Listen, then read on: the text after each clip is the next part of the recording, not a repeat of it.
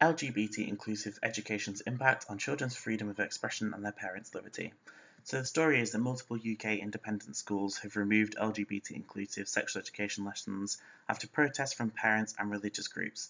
This has put the implementation of this on a wider level at risk. It's also raised questions about when we should educate children on these issues. But for me, it's what does this mean for children's freedom of expression? Is their freedom of love being diminished? Or is it an oppression of the parents' liberty to choose how to educate their children? So for this story, I would contact Andrew Moffat, MBE. He's the assistant head of Parkville Community School, which has been at the heart of this story, and he was also awarded his MBE for his work on inclusive education, which gives him a great knowledge on the field within the UK.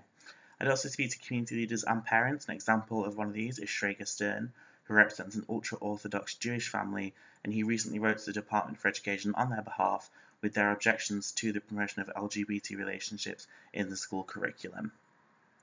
With consent from parents, I would also like to speak to either children who have had or are going to receive these lessons.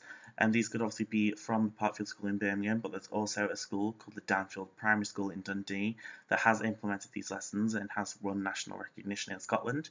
And I'd also speak to the Department for Education, who produce the national guidelines and therefore inform the national curriculum. And the ethical considerations of this story are working with minors, working with minority groups, and dangers of identification of sources, as this could lead to outing or people getting tapped for their beliefs. So I would gain informed consent from all participants, getting them to know what it's for and why they're taking part. And I would withhold the names, addresses, images, or anything that could lead to identification of at-risk in groups or interviewees. And I'd also make sure that the language and context is provided for the opinions provided for minority groups that may be misunderstood in the current cultural context. Thank you.